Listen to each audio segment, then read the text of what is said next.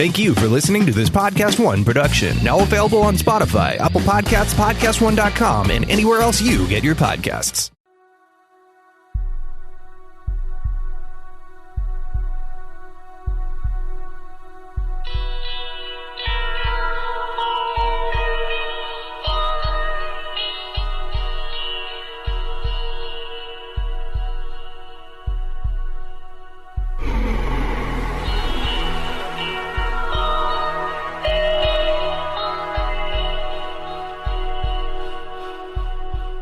Hello and welcome. You're tuned into the best in paranormal talk radio. This is Darkness Radio. I'm your host, Dave Schrader. That's Tim Dennis. We've got another great show lined up today, Tim. I see that. We, whenever we post shows about cryptids, which has been surprising to me over the years, when we delve into the world of cryptids, it seems to explode. Many more listeners download the show. We get a lot more email interactions, and I guess that was surprising to me because for the longest time, we always assumed it would be the ghost stories and the darker, creepier paranormal stories. Mm-hmm. And for the beginning of the show, 14 years ago, that was the trend. If we did Bigfoot or cryptid stories or too many alien abductions, we'd get crabby emails about it. Now I feel like we're letting people down when we don't talk more about cryptids. Right. Yeah. So I reached out to a buddy of ours, brand new book, March 29th, 2020, just came out, Winged Cryptids, Humanoids, Monsters, an Anomalous Creatures case book. Lon Strickler is back with us. Lon, it's great to have you back, sir. Thanks for joining us. Thanks for having me, Dave. Always great to catch up with you. What do you think is behind this groundswell of popularity kind of across the board with cryptid investigations and cryptid fascination, I guess? Well, I've noticed the same thing. I mean, it has really become more popular as the years have gone by. Why that happened, I don't know. I guess it's because of the internet more than anything else, and of course, there's more TV shows involving cryptids. So, yeah, I believe that's probably the reason why. I wonder, partly, if the popularity and the increase in people straying to this side of the anomalous is the fact that with ghosts and demon encounters, alien abductions, those can all be kind of terrifying and out of your control, right? Cryptids, you kind of have to go put yourself in their environment. You have to go out and look for them. Most of the cases are pretty benign. It's a fleeting glimpse of something flying overhead or walking across the road in front of you or darting around in the woods. So there's kind of a safety valve built in, it feels like, with cryptids, whereas anybody's vulnerable to a ghost or demonic attachment, possible alien abductions or visitations, and they can get into the sanctity of home. But cryptids, they have their place in the out of doors where it's far away from many of us on a regular basis. Do you think that buffering of safe zone might be part of it?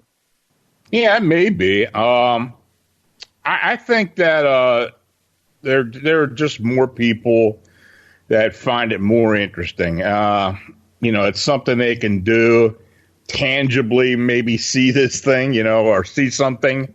Plus, there does seem to be a greater influx of different types of cryptids over the years, and of course, for me, with the winged cryptids, that seems to be something that has just expanded over the years.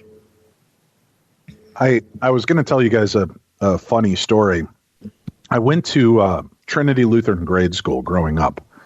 And I think it was around 6th or 7th grade, we did a thing called wall camp. And it was our entire class went to this campgrounds, I believe in Wisconsin. And we were basically at this Christian camp for a week. And there were other Christian schools that would attend. Well, while we were out there, they would tell this story of this large bipedal hominid creature. And, they weren't really calling it Bigfoot, but they said it was almost like this escaped ape. And, we're all like, yeah, whatever, campfire stories. And, one day when we were all going out canoeing, across the way through the woods comes this, and I don't think I've even ever told you this, Tim, comes this huge, hairy, ape-like creature. And it comes out of the woods, and we all lost our minds. And like kids are dropping canoes and running for, and this thing is far away from us. It's on the other side of the lake across from us. And it sent everybody scattering. We would hear things at night, this in the woods around us, and everybody would panic and freak out. The teachers were really good about keeping everybody kind of calm and relaxed during this entire deal. And different camp groups would encounter this being as the week progressed. And then I remember it was one of our final nights that we were there, and we were having this big jamboree where we all had to learn songs and little skits that we were going to put on for each other's camp groups. And as we're all gathered in the lodge house and we're starting to do this, all of a sudden the side of this lodge house is just boom, boom, boom. Everybody stops and looks around, and we're like, what the hell was that? Right? You've got this, how old are you? 10, 11 years old and 12 years old in that grade. We're all kind of looking around at each other, but this thing was shaking the lodge house. It was so loud. And then there's a scream, and we turn around, and outside the window is this huge, hairy creature. And then its head ducks down, and everybody starts flipping out. And the teachers are like, all right, everybody calm down, just relax, calm down. The door bursts open, and this thing comes tearing into the room with us. It was I froze. I literally froze in place. I stood there. My eyes got as big as saucers. Kids are in panic, scrambling, screaming, running, tripping over chairs. And as I'm standing there, I started to realize none of the teachers are reacting.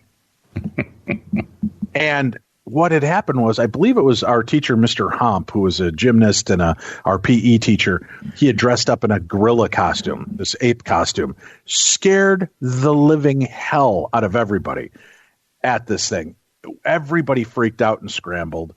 It was so weird to see the reactions, but there was, through that entire week, there was this underlying sense of tension of this creep. And this was the 70s, very early 80s, right? So we were hot on the heels, 10 years removed from the Patterson-Gimlin film being played and then showing on every show from 67 to 77 that talked about the strange, right? From sightings to In Search of and all of these other, Real People, That's Incredible. They would all show this footage. So every one of us had seen this. And then to see this reaction, people absolutely went bonkers. Thankfully, like I said, it was just one of our idiot teachers having a lark, and everybody had a great time and a good laugh afterwards.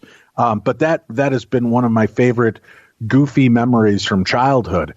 Are there many encounters where large groups have literally, not just a one or two off hunters, but large groups of people have encountered something anomalous and strange, like a Bigfoot or a Mothman creature, or something that, many people witness all at one point in time? Well, with these winged humanoid sightings that have been going on in Chicago, there were a few instances of groups seeing this thing. In particular, there was one sighting by the Adler Planetarium by the lakefront. And I estimate there were probably about 30 people saw it at one time. Wow, really? 30 people at the same time? Yeah. Yeah, this thing has shown up in groups occasionally. Now, wait a minute. You sound a little less impressed than Tim and I feel about that statement. So around 30 people saw this, Lon. What do you make of a claim that large? Well, I don't know. At first I was kind of skeptical about it, but then a couple of days after the initial report came in, I got another report from someone else that had most likely been in that group because the time was the same and everything else. So yeah, these things, these cryptids will show up in groups. Now, these winged creatures that are being sighted, we think back to the John Keel stories of the Mothman prophecies and the fact that this Mothman-like creature was seen just prior to the bridge collapse that occurred. Have there been any sightings, or should I say this? I know it's been spread out over the last 3 years of these bat-like large winged creature sightings in the Chicagoland area, and crime has been through the roof. Shootings, violence, all kinds of bizarre things taking place, because I have friends and family in the Chicagoland area telling me how bad it's gotten. Now, I'm wondering if there was also a spike before this COVID crisis. Have you seen anything like that? Well, we recently, in the past 6 months, have been getting a lot of sightings in and around O'Hare International. We had 5 sightings reported in Rosemont, which is the neighborhood just northeast of the airport. Right. And we've had at least 4 sightings on the airport property. 2 of those were actually reported by security people. So this is something that's kind of had us a little, flummoxed a bit about what's, all these sightings going on around the airport and what this means. We just really haven't been able to pinpoint it. So there have been some other strange anomalous activity as well involving humanoids. So, I don't know if it's tied in or not.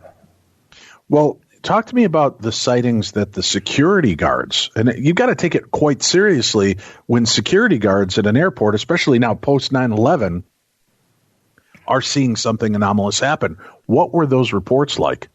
Well, the first one was an actual TSA security guy, and he basically drove around through the cargo areas and, just kept an eye on for intruders and such. Well, what happened was he and his partner were in their vehicle, and they saw what looked like a human or a person down in one of the drainage, I don't know if you call it a stream or creek or whatever it is, on the property. So he got out of the truck and walked towards this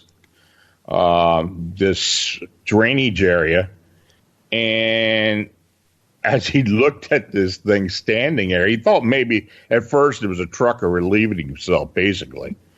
And when he got closer to this thing, it actually turned around, and the red eyes just hit him right in the face. I mean, that's the first thing you notice. This thing was like 6 foot in height, had wings, and bat-like wings, dark colored, just like all the other sightings for the most part. And then it kind of moved off and took off into the air.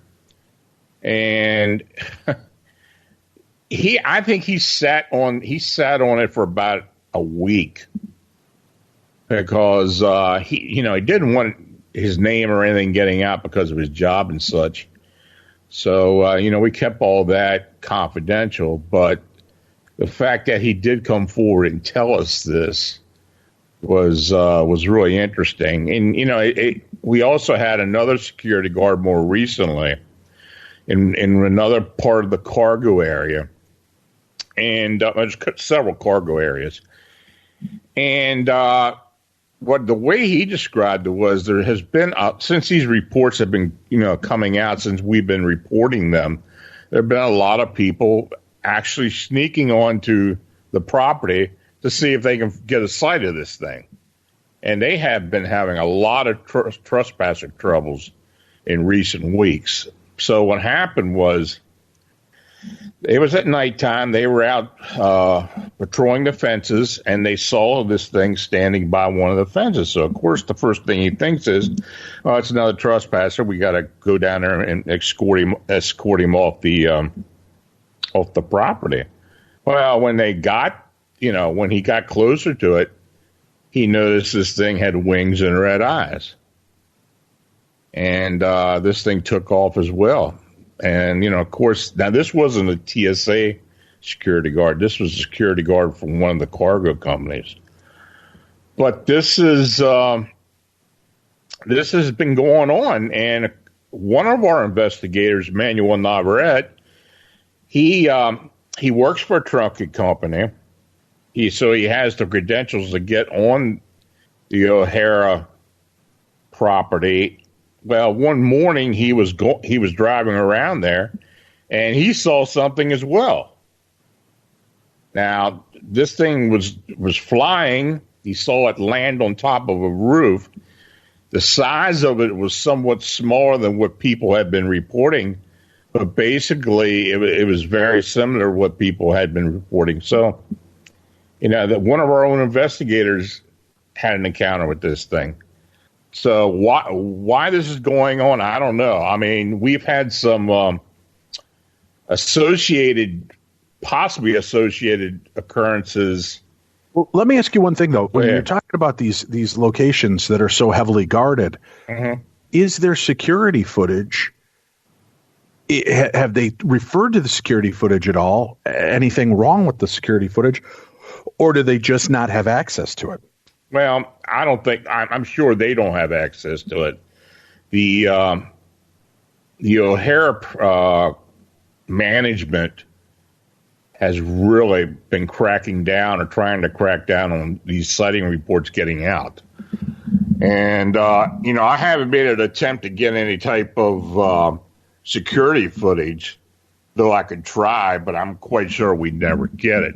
This has been a problem throughout the whole investigation in the city and in other areas. Either the security company or the city itself has not been cooperative. So as far as working with TSA or with the airport management, I think that's just going to be lost cause. But, we could try that. Why are the security? Why isn't security reporting this to their superiors? They have been. They have. Yeah. Okay. Yeah. And what have the superiors been doing? Just shutting it down? Yeah. I've heard anywhere from people from this management telling them that they must have saw a big owl, or they must have mistaken it for another individual that was on the property. Yeah, they've been trying to shut this down. They really have, and it's they have been. But the fact that people are sneaking on to the airport property along the fence lines, along the tarmacs and stuff, it's caused a problem. But the employees have been warned. That's pretty terrifying that there's been some security breaches just of people. Especially, again, post 9/11, to know that that's taking place, but then to think that there may be something cryptid at work as well. Yeah, it is interesting. I mean, I had heard about it from another individual who doesn't work there, but had talked to someone else that the management has been very concerned about people trying to get onto the property. And then, of course, when they started getting reports from employees and others about these winged beings, they've been trying to shut it down. They've tried to keep it quiet. With the visitations of these beings being seen so often and over such a wide spate of area in that, in the last few years, has there been another location anywhere in the world that has reported something this frequently taking place as well? If there has been, we haven't heard about it. There is one other area in Florida where we've received several reports in Pasco County, in particular around the Zephyr Hills area.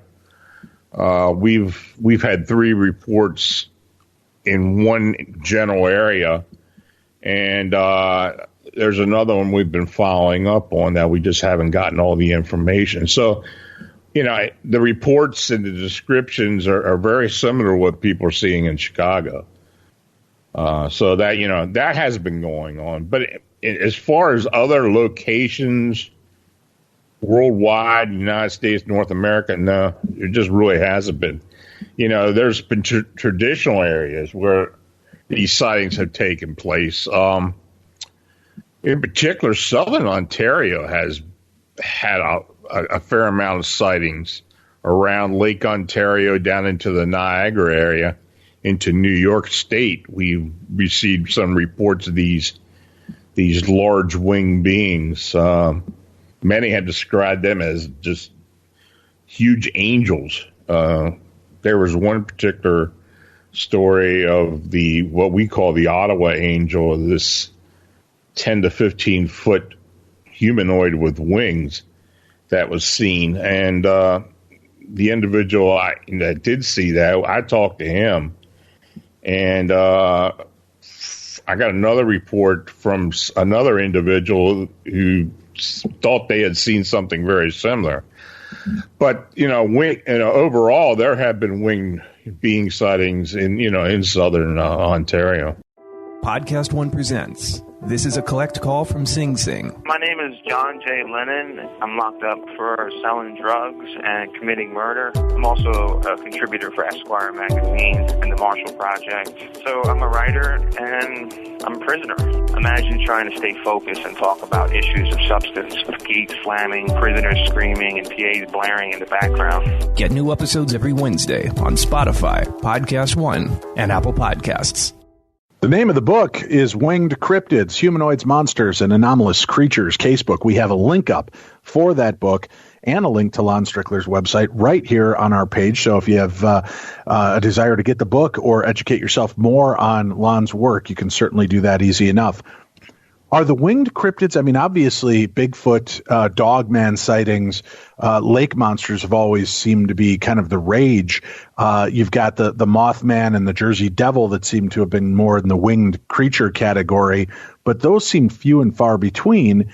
Is there a definite rise in the winged creature category, or has it always been there, just more people are reporting them at this point? I think it's the case of more people actually reporting it.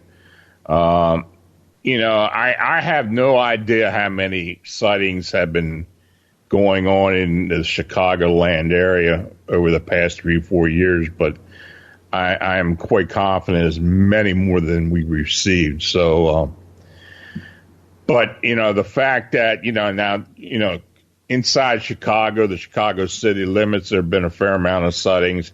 But these sightings have extended as far north as Milwaukee, Wisconsin, down into Illinois, and down into northern Indiana. So, it's kind of a wide area. My colleague Tobias calls it the Lake Michigan Mothman. He had written a book recently about it. This is it's a wide region to where these sightings are taking place, but the reports themselves have been very, very believable. And and another thing that has really made us believe that something is definitely going on is that these witnesses just do not embellish on their sightings. They'll give an initial report. We'll call them, talk to them, and they just will not veer away from what they originally reported. So that's impressive, because that rarely happens with cryptid sightings. What do you mean? For the layperson who doesn't get to hear these type of reports, can you be a little bit more specific on what you're referring to? Well, basically, if someone will send an email or give me a call, they'll say, I saw this. I saw this thing, had bat-like wings, the width 10 to 15 foot, dark in color. Many times I will try to get them to add on to the story, just trying to nudge them on. And that just has not happened. They stick to what they tell us. Not seeing any kind of they're not seeking attention in the way of, oh yeah, and then it reached and screamed out as it grabbed a puppy and then darted back into the. You're not getting any embellishment. It's just the facts, ma'am, is what you're getting. Exactly. Yeah, and that's been impressive.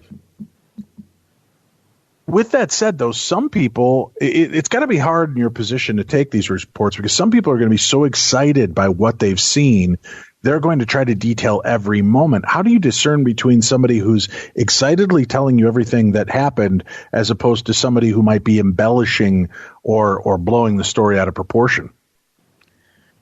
You know, that is another aspect of all this that has kind of been surprising. That, you know, even though people seem to be upset or shocked by what they see, it just doesn't come through for the most part as part of the report. Now, of course, there have been a few, where people just get so excited and, but at least they came forward. That's the one thing I'm usually impressed by. They have taken the time to come forward and to report it. And a lot of times I will have someone else in my group contact them to verify the information. And we do have several investigators in the area, so they will go to the site if they can. So we try to follow up as best as possible, but,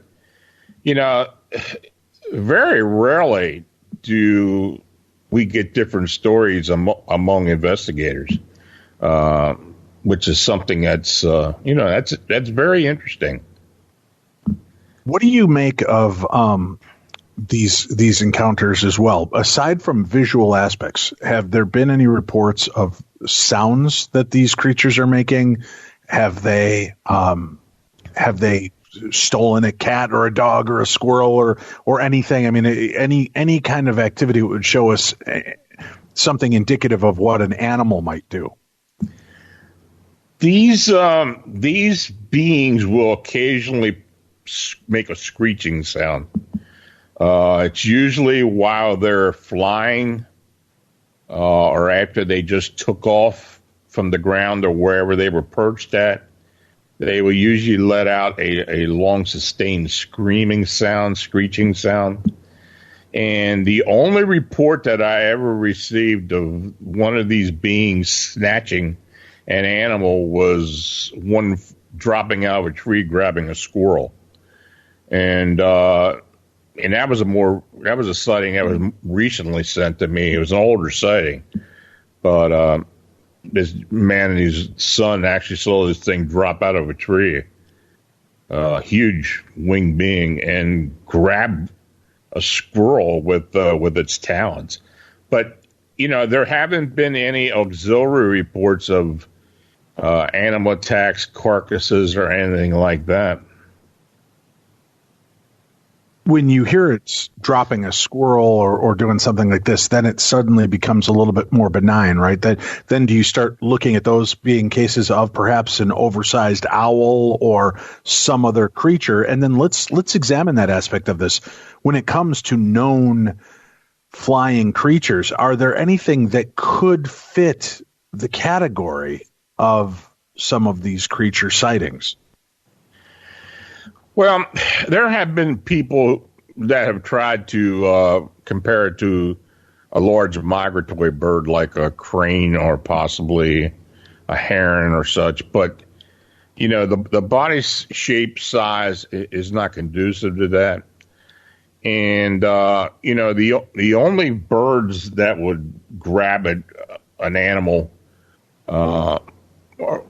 like that, just don't fit the size. I mean, this would have to be an extraordinarily big owl or eagle or hawk. That in itself would be cryptid because, there's no 6-foot owls out there that we know of. So, are these beings being sighted in conjunction with other phenomena like craft, or other strange things taking place, perhaps anomalous lights that appear before or after these creatures are seen? Well, let me tell you about 2 reports we received recently. The first one was a woman in Rosemont, which is just, one of the suburbs around the airport. Right there by the right. Yeah, and the convention center's there. Anyway, she had been out at night in her neighborhood, and there's a park nearby. And she said when she can't sleep, she'll usually go to the park and sit there and just, take in, the outside and just, try to get herself, become more sleepy and maybe go back and go to bed. Well, she occasionally does this. Well, anyway, one night, and this was back in, God, I don't know, late October, that she had been out at this park. And she noticed by one of the buildings nearby that had a light, a light above it, was this huge winged being standing there with what looked like to be an alien gray. And as she watched these two beings, two females, humans, walked up to it just like it was nothing to it, and seemed to be conversing with them. She watched this for a couple seconds, I guess, and then suddenly there was a bright blue flash of light, and these beings had disappeared other than the wing being, and then the wing being took off, spread its wings and took off. Wow. That, and the weird thing about it, go ahead, Dave. Yeah, I was just saying that's pretty powerful. I mean, that's quite an expanded view of the normal encounters. Yeah, that really got, I was really going into the rabbit hole with that one. She was very hesitant about talking about it. Now, she's a professional, I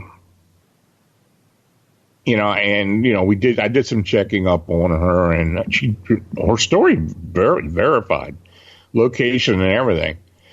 But she had an encounter several days after that at her work, where a man walked up to her and asked her if she had reported what she'd seen.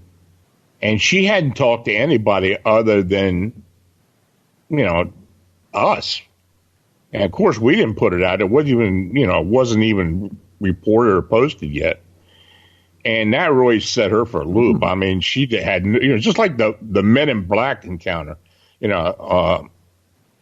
told her that she shouldn't report this to anybody.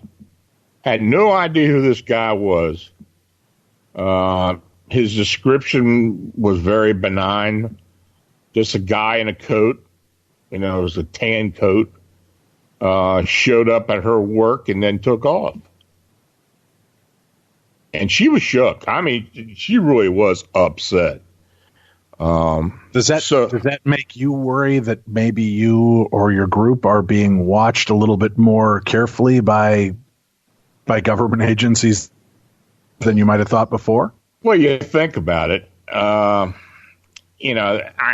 believe that, we are being monitored to a degree most of the time anyway. Especially this situation and how it has gotten into the media and such. I think we're probably being monitored to a point. But, we later had an incident on the airport grounds. Now, a lot of people don't know this, but at O'Hara, there's a small cemetery on the by one of the cargo areas called Rest Haven Cemetery. It's a real small cemetery. So that's unusual. So one of the employees at this cargo company, it was about 1:00 in the morning, he walked out in the back to have a smoke, and he saw this oval, very bright UFO stop. It suddenly flew towards above the cemetery and just stopped and hovered there. And as he was watching this thing, a human or humanoid-like being ascended into the craft. Well, of course, the first thing we asked him is, does this thing have wings? Did this being have any wings on it? He couldn't see. He couldn't determine if it had wings. But, this thing ascended into this craft and then suddenly took off. Well, we're first of all, you're in this cemetery, very small cemetery in the middle of the night, and apparently it looks like either something or someone's being abducted by a UFO. Now you got to start to wonder if there's some type of non-terrestrial involvement with these beings. It's something that we've thought about, but some of the strange activity the past 6 months, including these two stories, has kind of had us looking a little more deeper into this. I got to take a break. When we come back, I'd like to get your thoughts on this. Where in the cryptid world, and I know that you've been doing this for a long time, where are we now with belief systems of what we're dealing with? Is it alien? Is it interdimensional? Is it just undiscovered zoological creatures? We'll talk more with our guest Lon Strickler when we return. Winged Cryptids, Humanoids, Monsters, and Anomalous Creatures. That's the book. Our guest Lon Strickler when we return to the best in paranormal talk radio. This is Darkness Radio. On a scale of 1 to 10 this week, how was your pain level? How was your anxiety level? Did you get through the week okay? I know times are tough right now. We've all been going through, that virus thing and the stress from that. And I know the weather's changing. Spring is here, and I gotta tell you, pain levels are off the charts, and it's not been fun. It's your buddy Tim for Feels. I tell you, I've been taking my Feels, my CBD, and it's been helping me. I've been getting through these tough times, both anxiety and stress-wise and pain-wise. It's been helping. I've been getting more and more of you who've been reaching out to me and saying to me, "Hey, Tim, is that for real? You just saying that? Is this just words?" No, it's not just words. It's just not something I say. I don't just get on here and flap my gums at you. Feels really does help me feel better. I'm not putting one over on you. Feels is amazing. I've been using Feels now for weeks, and it's been helping me with my pain. It's amazing. It's been helping me with my sleep. I'm telling you, before I got Feels, I was sleeping maybe an hour at a time. I'd get up in an immense pain in my neck and my back and my knees. And it was aching so much that, and I know you're feeling this as I'm telling you this, that I would get up and I'd sit on the side of my bed and I'd rock back and forth and I couldn't take it anymore. And then I found Feels. I'd take a full dropper of Feels, put it under my tongue for 30 seconds, and within just a few minutes, that pain subsides and I'm ready to go back to bed. I get that same thing during the day when I'm taping this show. Sometimes Dave and I will tape a couple of shows in a row, and I can really only tolerate sitting in a chair for about an hour, hour and a half. And there's days where I'm sitting here 8-9 hours, and man, you want to talk about pain. But you know what helps me with that pain? Feels. Feels helps me with that pain. And I get through it. Again, it's a dropper. I take a full dropper's full and put it under my tongue for 30 seconds, and I start to feel that pain wash away. Now, you may be saying to yourself, if this is the first time you've heard me talk about Feels, Tim, what is Feels? Well, Feels is premium CBD delivered directly to your doorstep.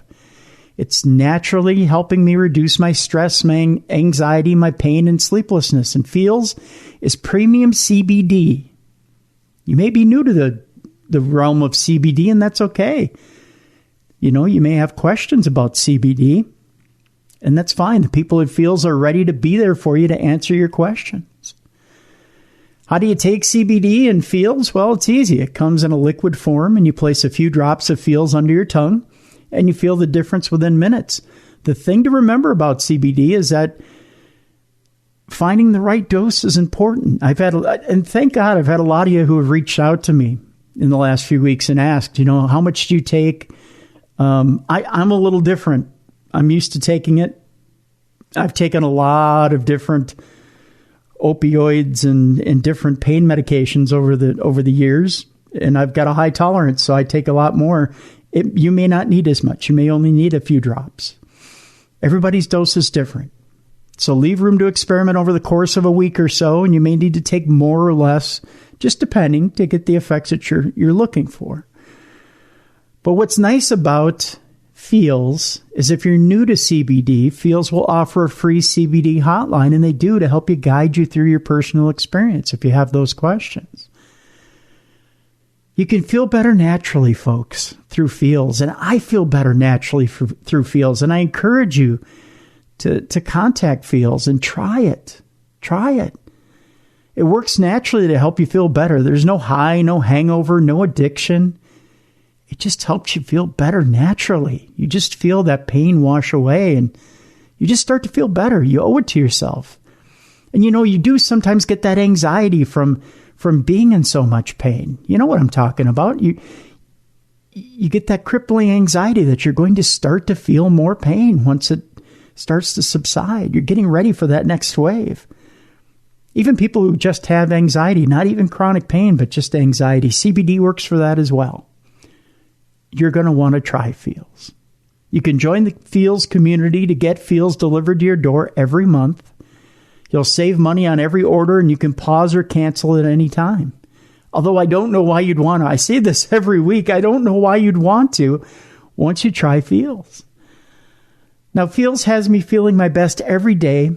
It can help you too. I stress this to you every week. Become a member today by going to Feels, that's Feals, feels.com/darkness. You're going to get 50% off your first order with free shipping. That's feels.com, feals.com/darkness to become a member and get 50% automatically taken off your first order with free shipping. Do yourself a favor this week. I know you've heard my voice plenty in the last few weeks, and you've been thinking about it. You've been thinking real hard about it. Can I afford it? Can I do it? Can you afford not to do it? Can you afford to be in pain one more week? Can you afford to have that anxiety one more week? Can you afford another sleepless night this week? You know what? You're not alone. There's a lot of us out there who suffer with pain, who suffer with anxiety. The weight of the world is on a lot of our shoulders right now, and you don't need the extra pain. You don't need the extra anxiety. You don't need the extra stress that comes with all of that. Feels can help you right now, naturally. Go ahead, give it a try. Feels, feals.com/darkness. Get 50% off your first order with free shipping. One more time, feels.com/darkness. Take advantage of it today.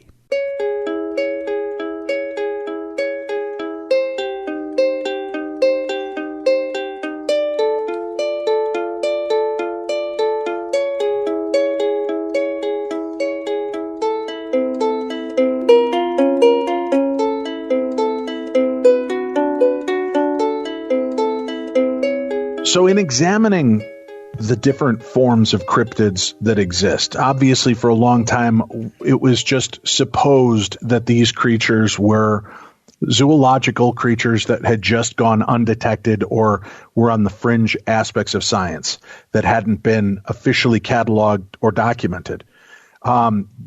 What is kind of the official take on your water creatures, your forest creatures, and these winged creatures at this point, Lon? If you had if you were just kind of taking a close gauge, poll across cryptid and cryptozoological fans and researchers, where do you think most of this is falling? Well, for a long time, it's always been the flesh and blood being, either a relic animal or relic creature.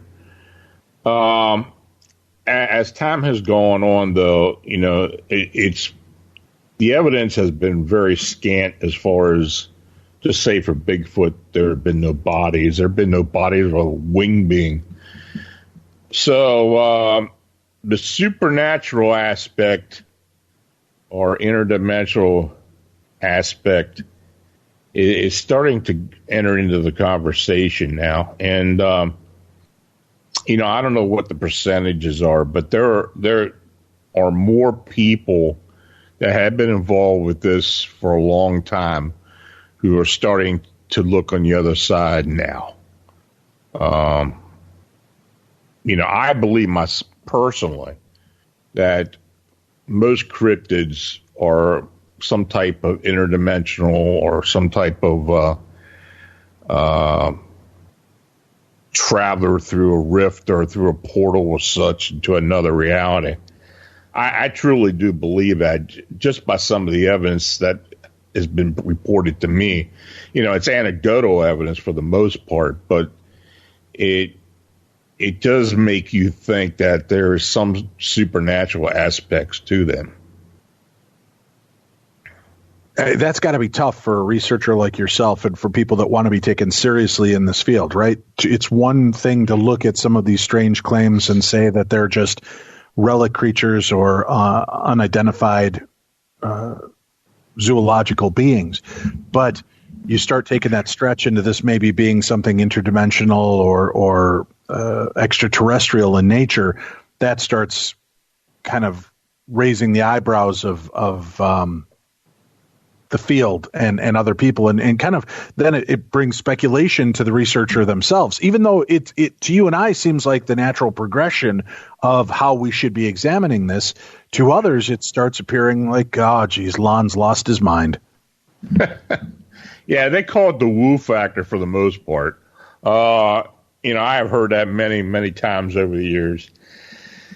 But, I think more and more people are starting to think out of the box, trying to explain why there has been just literally very little physical evidence available. Now, I do believe, like in Bigfoot for the most part, that it is flesh and blood being or indigenous being in certain areas, like the Pacific Northwest, down into southern Florida, areas around the Gulf Coast. I think there are actual populations of these beings and that they've been there a while. But I think for the most part, I think Bigfoot and these other winged beings and such are some type of supernatural creature that somehow has the ability to come into our earth plane and to go back and forth. And in fact, as far as the winged beings, I have had two very credible reports of these things being seen flying and suddenly disappearing. In fact, one of the sightings were two older ladies just south of Wrigley Field who saw this, and another was up in northern Illinois. So, some people have seen some very bizarre activity involving these winged beings, but to me, I'm just not surprised by it. Now, there seems to be some cross-pollination, especially in the Illinois-Wisconsin area, of these dogman creature sightings, Bigfoot sightings, and it seems that in some instances people have reported that they do not seem to get along. Have we had any kind of multiple creature sightings with these winged beings being seen in and around the same area as Bigfoot or dogman sightings? And if so, what have those been like? Well, the southern Wisconsin area is well known for these upright canines, particularly the Beast of Bray Road, those reports around Elkhorn, Wisconsin. There's another area, large area, the Kettle Moraine Park area, which has had a lot of strange, cryptid sightings over the years. But, there have been several of these winged beings seen in those areas as well. As far as there being a relationship, I don't know. I mean, they very well could be. I mean, are they coming in and out from by the same means, or, what's causing this? But no, I think, there seem to be from what I have run into over the years, there seem to be certain areas, in particular in North America, where there has been multiple cryptid activity. The upper Midwest is very active. Parts of Pennsylvania are very active. Texas, Florida, and the in the Pacific Northwest. So I think some areas are very conducive to strange activity. Are we noticing that they're also in and around areas that are related to, obviously a lot with the airport area of Illinois, but that's also near military installations? Are we noticing any sightings worldwide or at least nationwide that these beings seem to be within spitting distance of military installations? Bigfoot. There have been Bigfoot sightings associated with military installations over the years. There have been reports that have been snuck out by military personnel of encounters. In particular, Fort Lewis McChord up in Washington, and another area which a lot of people really don't know about is up in Labrador or Newfoundland, especially around the Goose Bay area. There have been several reports of Bigfoot Sasquatch encounters with troops that are on training missions. So it does happen. It does happen. What, as we keep examining the cases, what other winged creature sightings have been, populating in the last 10 years? Obviously, we've been talking a lot about the ones around the Chicagoland area. How far spread are these sightings being taken place, and how radically different descriptions of these being? Well, in the book, I describe several investigations that I've been involved with. One in particular has been these manta ray shaped beings or cryptids or whatever they are. They may even be some type of bio UFO or bio craft, but they're a flying entity.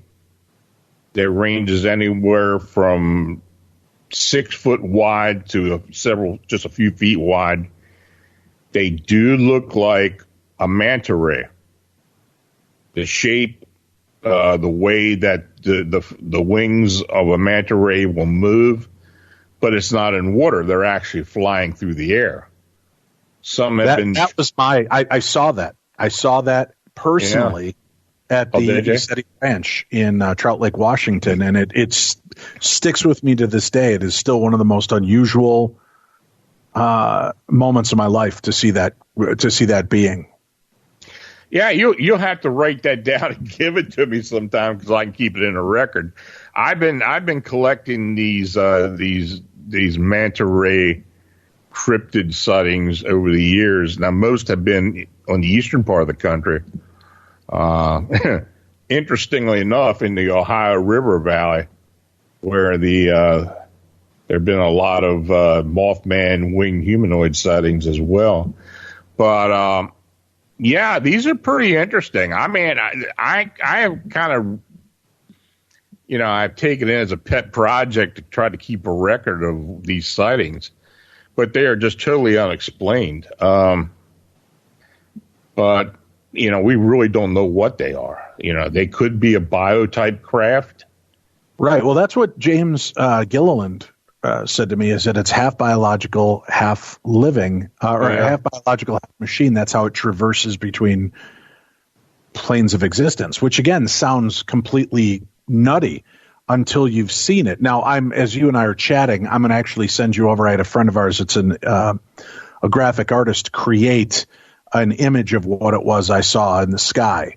Oh, cool. And so I just sent it to you, and that is the exact position it was. I went back and I took a photograph at the Ep41 Ranch, and it appeared between those tree banks that are there. So it fluttered out from behind it and swam across the sky like a manta ray and vanished. Yeah. I've got audio of the story that we can share with you at some point as well, but we did it as one of our Theater of the Mind episodes in the past. But it was, okay, half biological, half mechanical. It sounds absurd, but what I saw was absurd. Yeah, and usually it's very near some type of water source, either be a lake or a stream, creek, or river.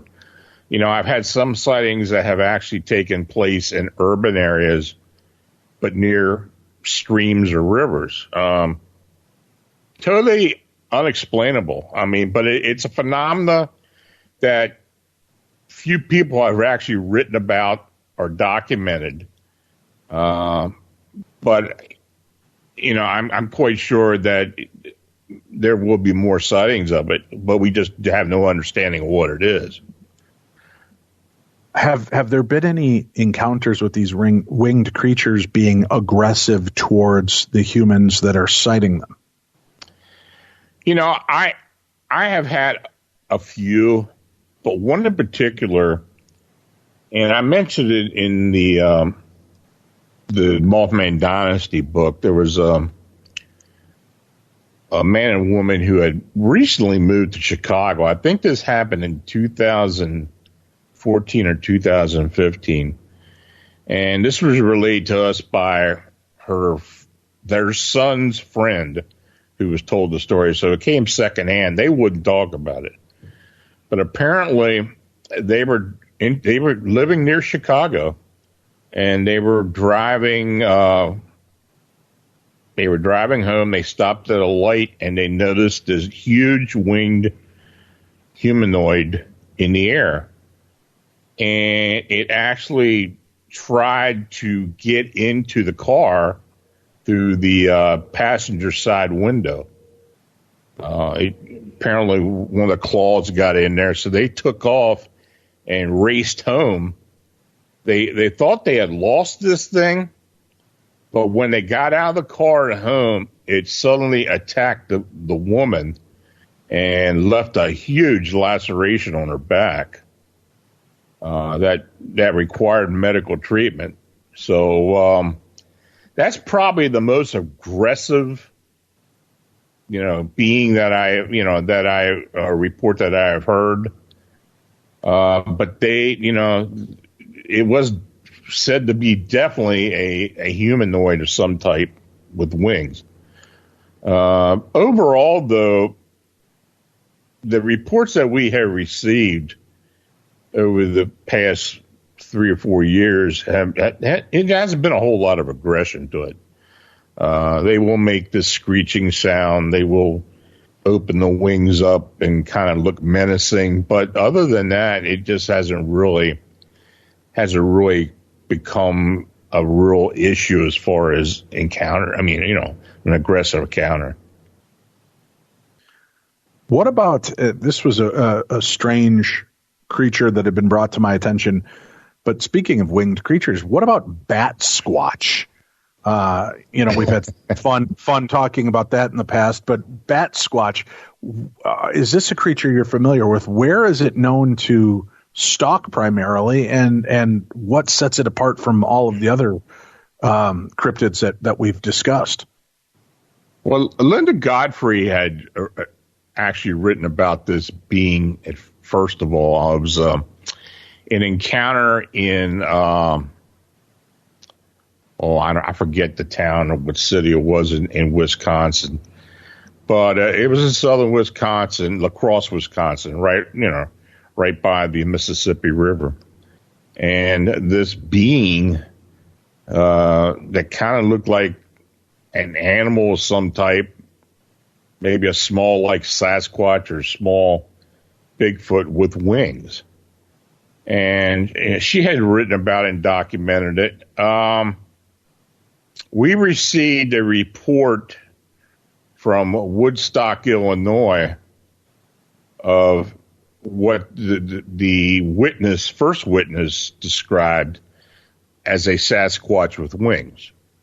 And when, he was out driving to the drugstore, the witness, and he saw this thing crossing the road in front of him.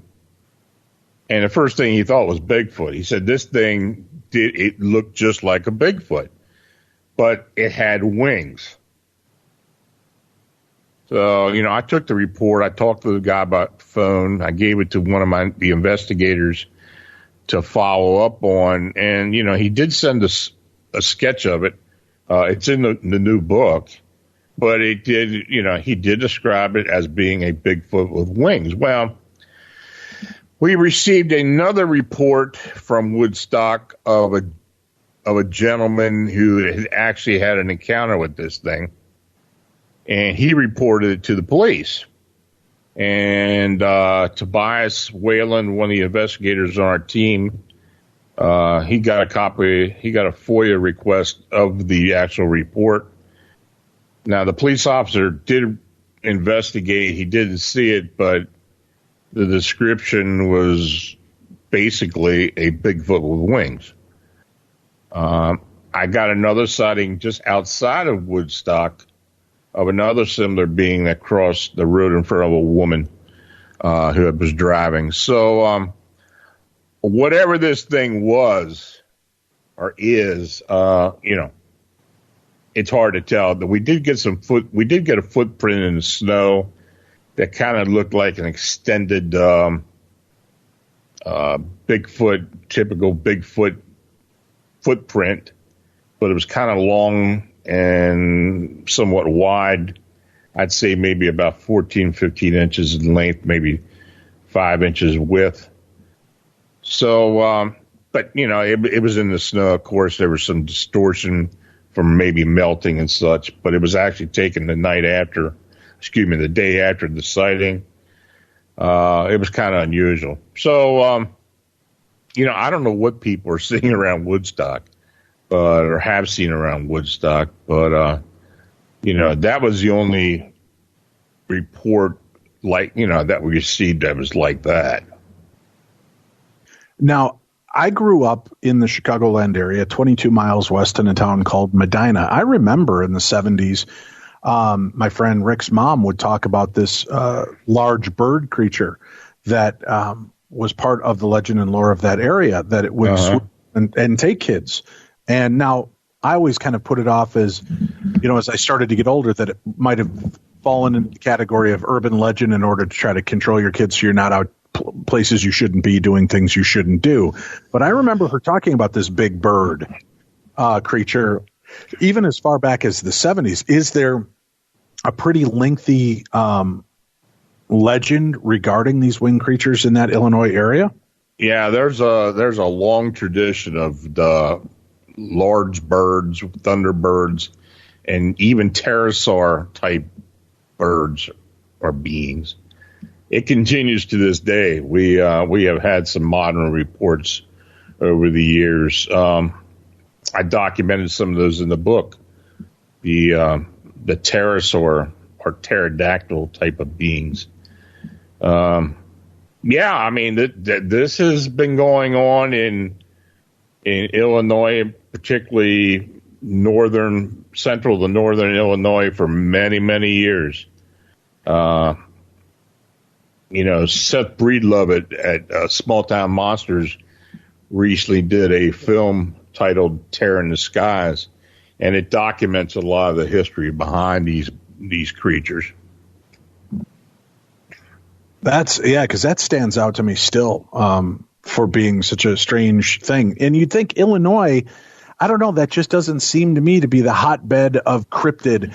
You think of Washington State, West Virginia, even Arkansas, Alabama, Florida, where there's swamp areas and heavily wooded areas, things like that. Illinois just does not seem to be atypical for this kind of phenomena. But there are a lot of Bigfoot sightings, a lot of these winged creature sightings, a lot of this that seems to be taking place. Something that I don't know that many people are even aware of, Lon, is the fact that when we're talking about what's going on, it wasn't that long ago. I think within the last 12 years that O'Hara was shut down because a large craft was seen hovering over it. and it made the news. It was actual mainstream news. So this, the Illinois area is pretty rife with strange activity. Yeah, UFO activity in and around Chicago has been quite heavy for years. There has been a lot of UFO activity. Well, I guess all around the lake itself, but there's been a lot of reports coming from Chicago. And yeah, you're right. There was a large disc craft that was seen over O'Hara. It was said to basically punched itself through the clouds, where it left a hole through the clouds from where it went through. And apparently a lot of people saw this thing. I don't know how many actually reported it, but that was in the news for a bit. Right. Now to me, that was an alarming piece when something is big enough that it's closing down a major metropolitan area, airport like that. And I've never been able to understand how this didn't make a bigger splash worldwide, why it wasn't talked about more, but that a craft has been seen over there, that these winged creatures seem to be in and around that area. Yeah. It really seems like there is something centrally located. Do we know anything about the historic landscape of the property there? Did it have any ties to major? I know it's hard to say because the entire United States was Native American territory, but is there anything specific about that area that stands out to why something might be drawn there? This is something we've looked into. There's really no evidence as to a connection, though many of the indigenous people had these type of creatures as part of their culture, in particular winged creatures. I don't know if it's really a connection, though. Are these things still sticking around?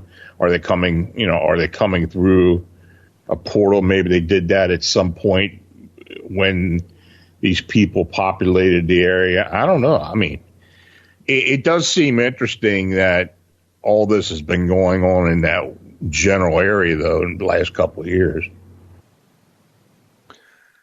Have you personally seen any evidence of these winged beings that really impresses you, aside from just the one-on-one talks and firsthand accounts from people?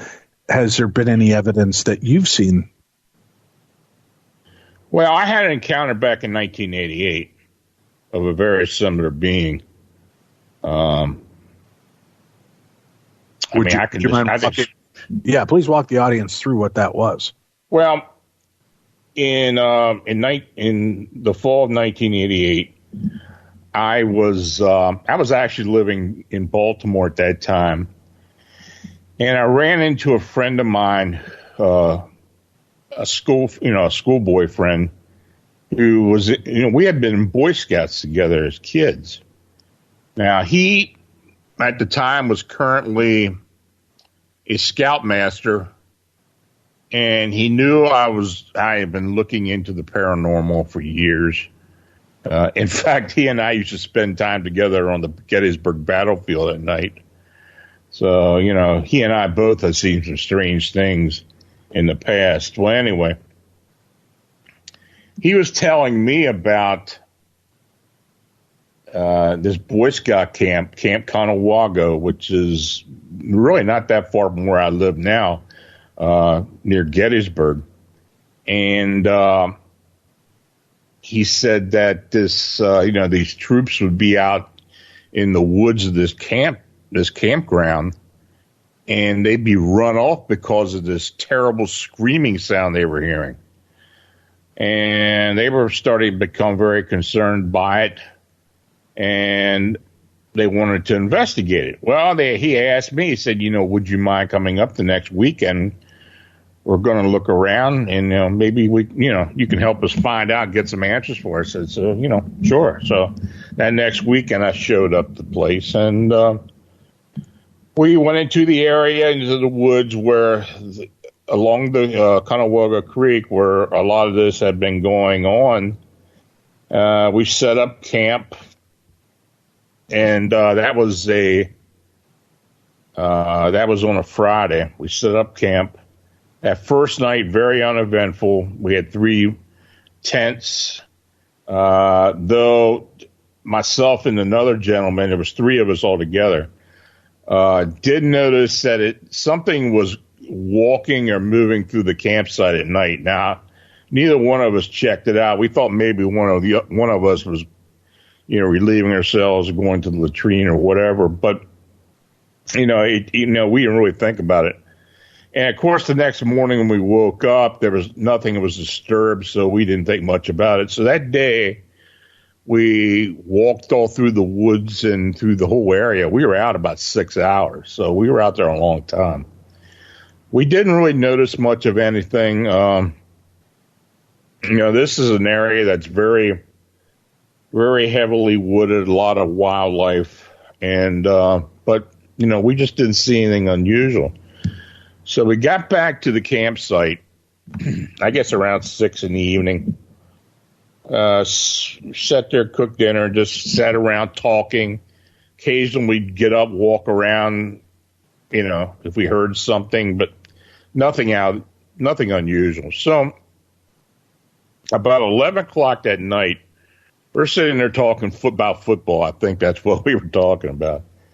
And we heard this long, sustained screaming sound coming from the woods.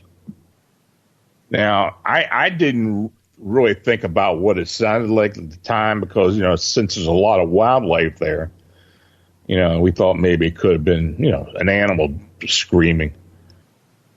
But we sit there and talked about it. Then we heard it again. And this time, it definitely sounded like a child screaming. I mean, it was very loud. The distance wasn't really that far away. So, we just sat there and listened to it, talked about it, walked around a bit, didn't see anything. So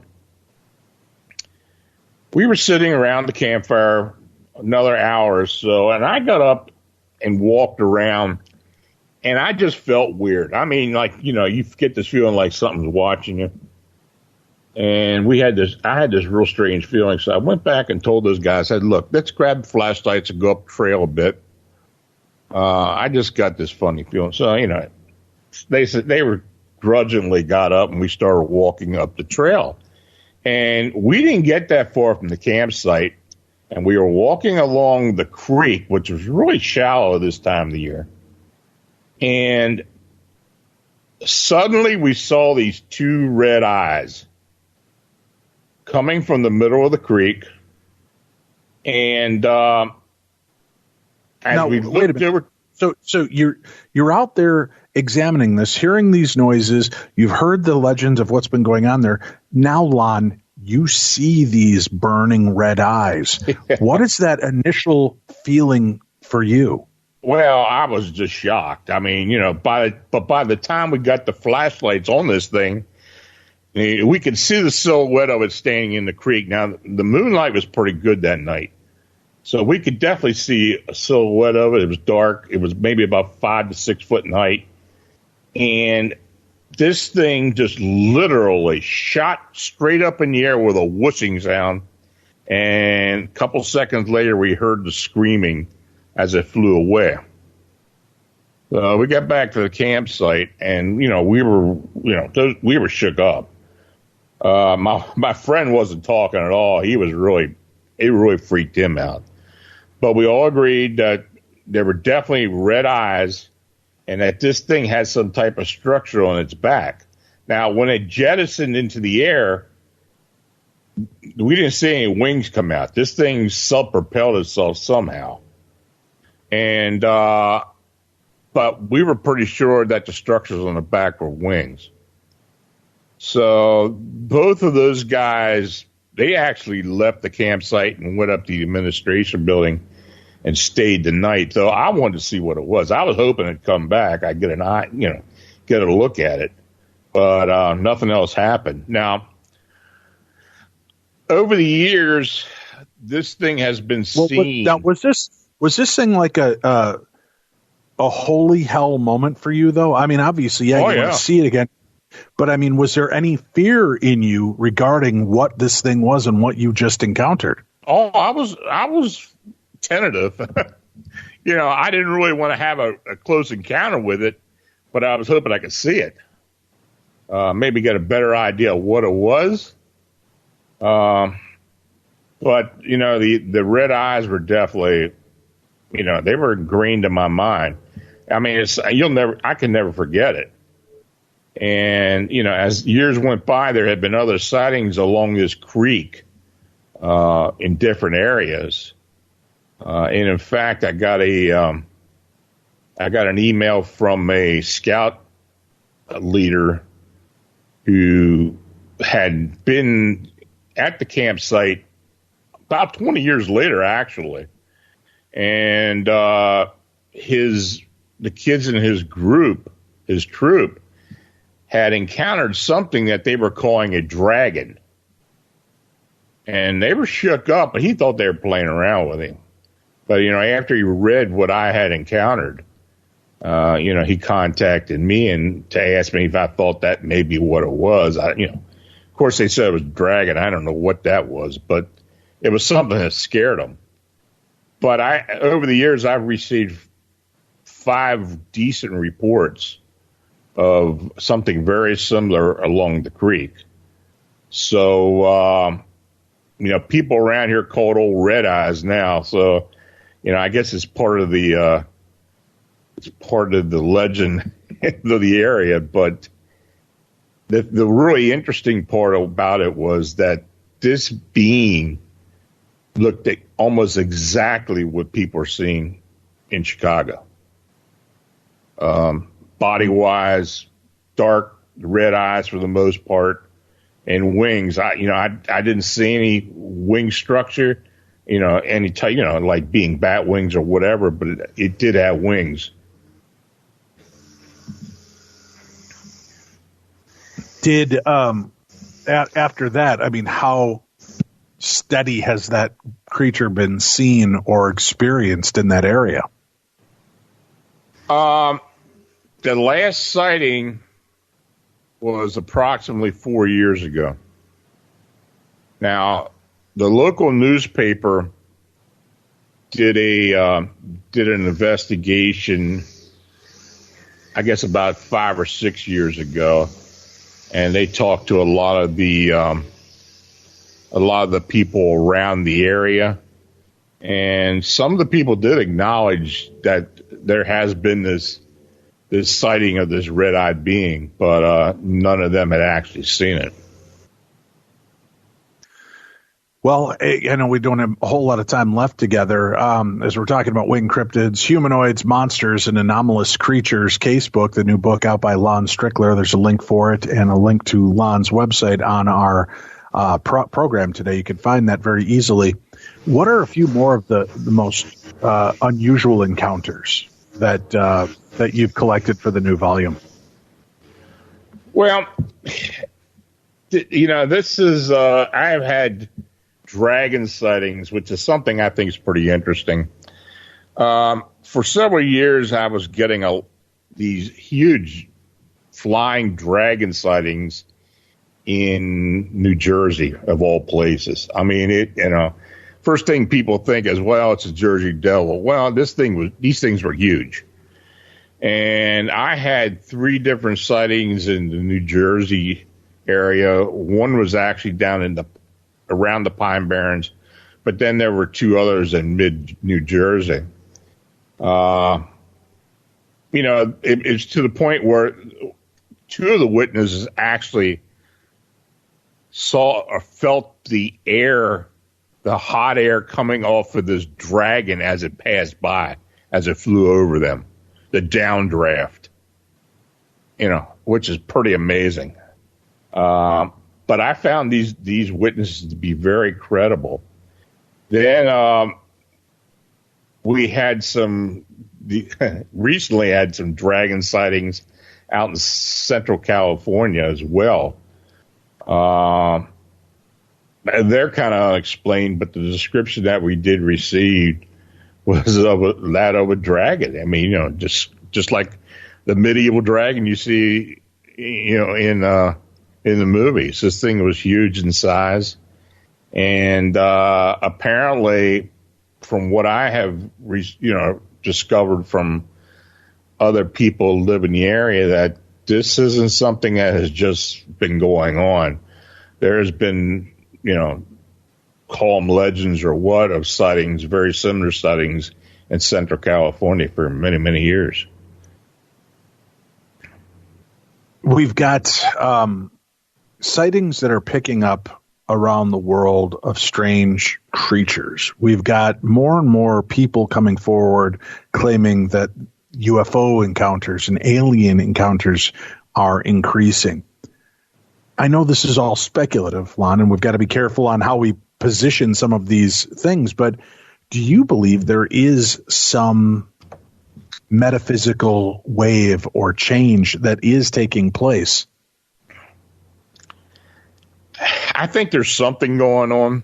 I can put it that way. I think the veil is thinning.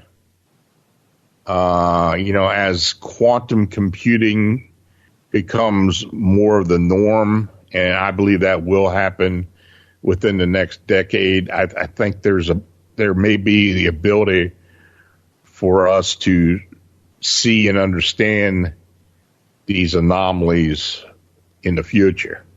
Now, how that's going to come about, I really don't know. That's just a personal feeling.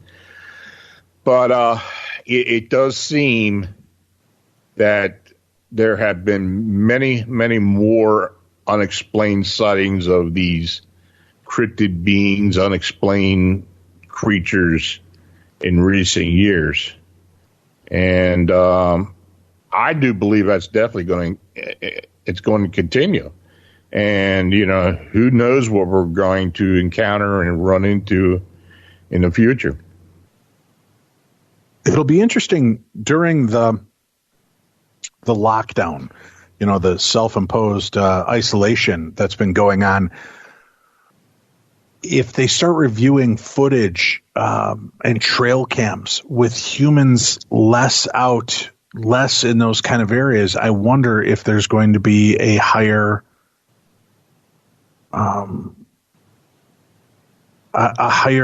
encounter rate. I don't want to use the word encounter because that makes it sound like you and I right.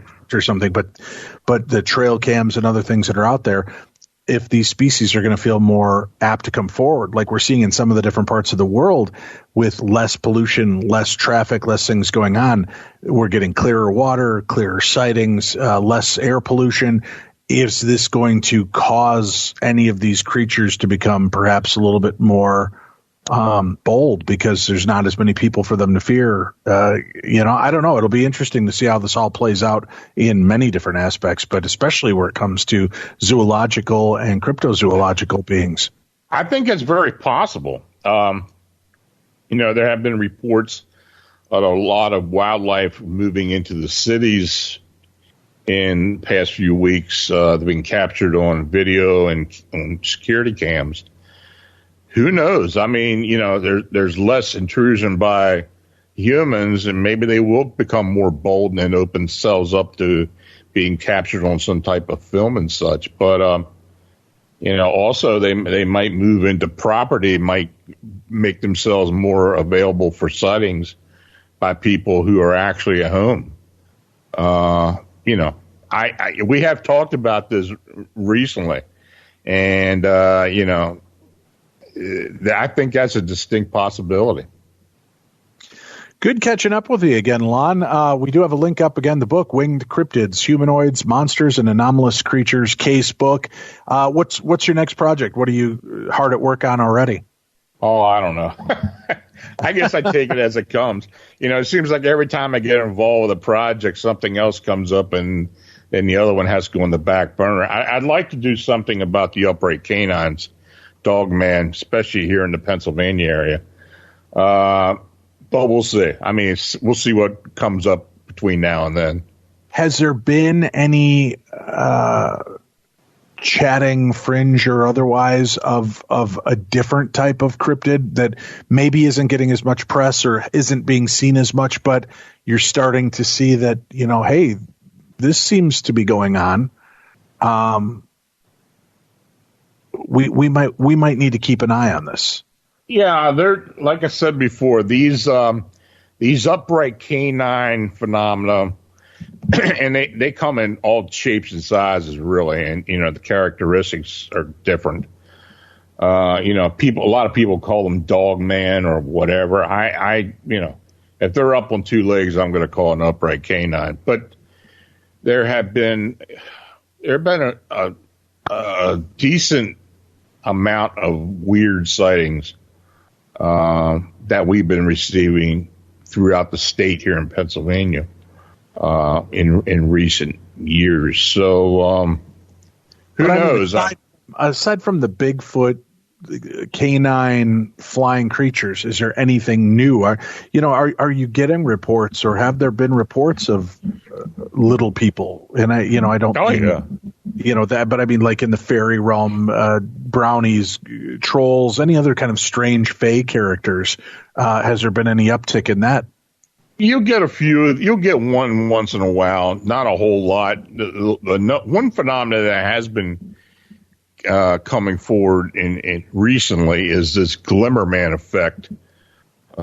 Just think of the Predator movies and the alien being that cloaks itself in this the glimmering type of cloaking, like effect. bending the light, right? Yeah, we've been getting a lot of those, and it seems more and more people are encountering these Glimmermen or glimmer beings out in the woods, and a lot of hunters are having these encounters too.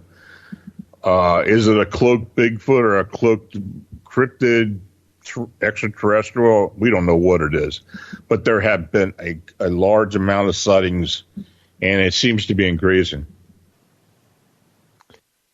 So keep us up to date, Lon, as more stories start to break. Let me know what's going on out there and what you're going to be getting into next. And thanks again for coming on and sharing a little time with our listeners. I appreciate it, and you all take care. Always great catching up with you. Lon Strickler, our guest. You can find a link to his website and to the book on today's program. We will be back again next week with more of the best in paranormal talk radio. Why? Because Tim and I really have nothing else to do. We really don't have lives, and this is what we do. This is our living. So tune in for more excitement right here on the best in paranormal talk radio. This is Darkness Radio.